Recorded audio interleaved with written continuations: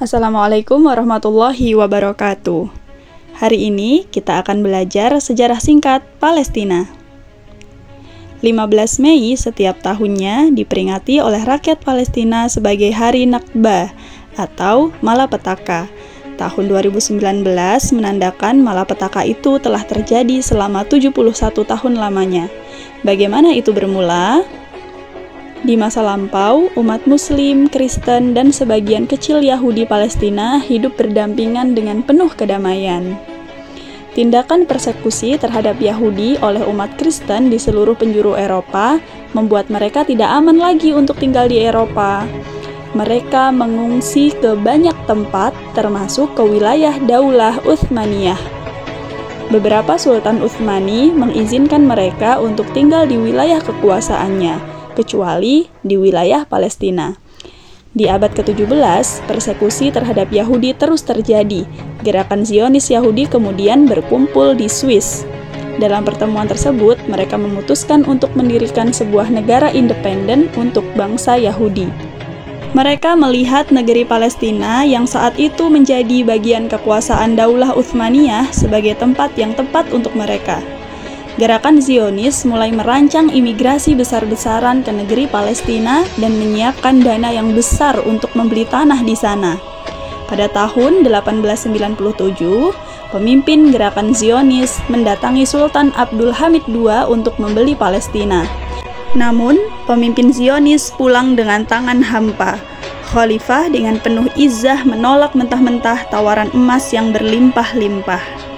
Kelompok sekuler dan Yahudi di Turki kemudian membuat konspirasi. Sultan Abdul Hamid II berhasil diturunkan dari kekuasaannya di tahun 1909.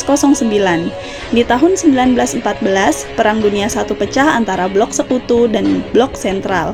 Daulah Utsmaniyah memutuskan bergabung dengan blok sentral. Inggris dan Prancis dari blok sekutu diam-diam membuat perjanjian pada tahun 1916 untuk membagi-bagi wilayah Utsmani. Pihak Inggris berkomitmen mendukung gerakan Zionis yang ingin menjadikan tanah Palestina sebagai negeri untuk bangsa Yahudi. Pada tahun 1917, dukungan tersebut dituliskan dalam bentuk janji politik yang dikenal dengan nama Deklarasi Balfour. Perang Dunia I berakhir. Blok sentral yang di dalamnya bergabung Daulah Utsmaniyah kalah dalam peperangan. Wilayah kekuasaan Daulah Utsmaniyah dicaplok dan dibagi-bagi layaknya kue di atas meja. Wilayah Palestina dikuasai oleh Inggris. Ketika memasuki Yerusalem, pimpinan pasukan Inggris, Jenderal Allenby dengan pongah mengatakan bahwa perang salib telah usai. Daulah Utsmaniyah yang menjadi pelindung umat Islam selama berabad-abad lamanya resmi dihapuskan pada tanggal 3 Maret 1924. Inggris membuka lebar-lebar keran imigrasi Yahudi menuju Palestina. Rakyat Palestina mencoba untuk melawan. Revolusi rakyat Palestina untuk melawan penjajahan Inggris dan Zionis pun pecah pada tahun 1936.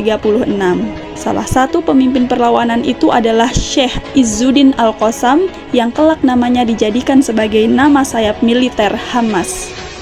Sheikh Al-Qassam syahid ditembak tentara Inggris pada tanggal 20 November 1935.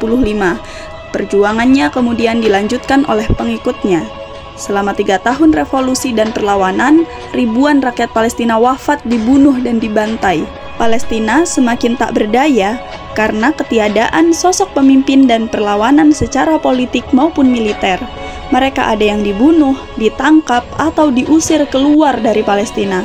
Perang Dunia II pecah di tahun 1939. Dunia kembali membara, peperangan dahsyat kembali terjadi.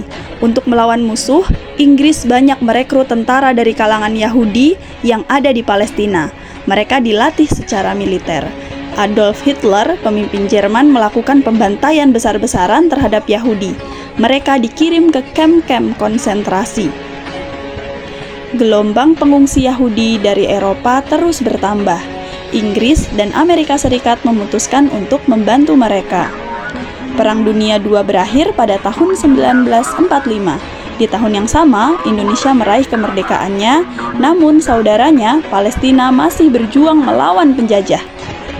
kelompok bersenjata Yahudi yang pernah mendapatkan pelatihan militer dari Inggris saat Perang Dunia II melakukan serangan besar-besaran ke Palestina. Tujuan mereka adalah untuk menekan dan mengusir pasukan Inggris. Mereka sudah tidak sabar untuk menguasai seluruh wilayah Palestina.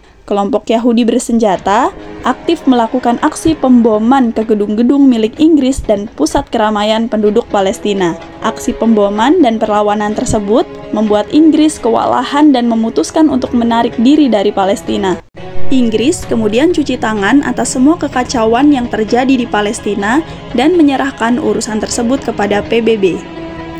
Pada tanggal 29 November 1947, dilakukan voting mengenai pembagian wilayah Palestina menjadi dua bagian, yaitu untuk bangsa Arab dan bangsa Yahudi. Karena banyak negara yang setuju, maka resolusi untuk pembagian wilayah Palestina akhirnya disahkan. Kelompok bersenjata Yahudi terus berupaya mencaplok desa, kota Palestina. Kota-kota besar Palestina jatuh ke tangan mereka.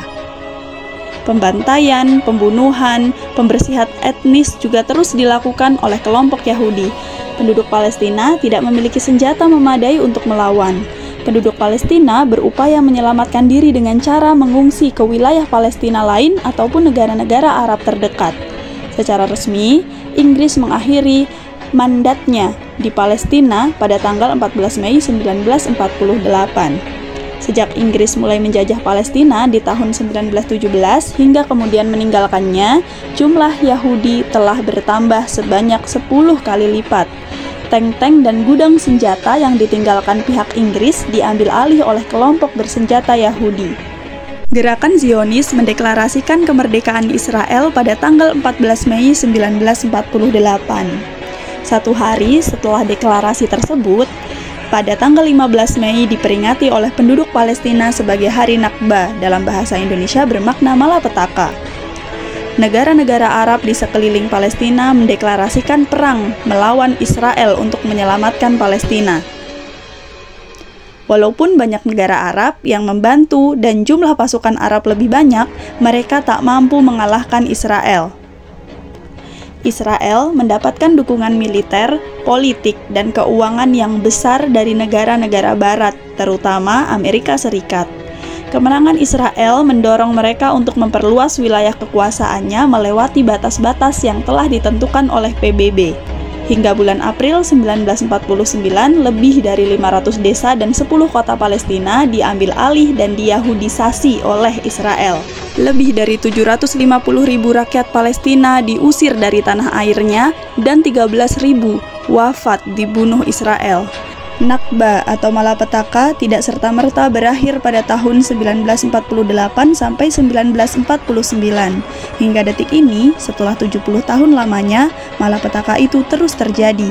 Israel tak pernah berhenti berupaya mengambil keseluruhan wilayah Palestina. Israel tak pernah berhenti menghancurkan permukiman dan perkebunan penduduk Palestina. Kemudian mereka mendirikan permukiman di atasnya. Penduduk Palestina yang tinggal di tepi barat dipaksa tunduk pada hukuman militer yang dibuat oleh penjajah Israel. Di tepi barat, mereka harus melalui banyak pos keamanan yang didirikan di atas tanah mereka sendiri. Mereka juga terkadang ditangkap dan dijebloskan ke penjara tanpa proses hukum yang jelas dan tidak adil, juga tanpa pandang usia ataupun pria maupun wanita. Penduduk Palestina di jalur Gaza lebih menderita lagi. Wilayah udara, laut, dan darat mereka diblokade secara total oleh Israel. Penduduk Palestina terus berjuang hingga entah kapan untuk mendapatkan hak mereka untuk merdeka dan hidup bebas di atas tanah mereka sendiri. Bagi rakyat Palestina, Nakba atau malapetaka tidak akan pernah berakhir sebelum mereka merdeka sepenuhnya dari penjajahan Israel.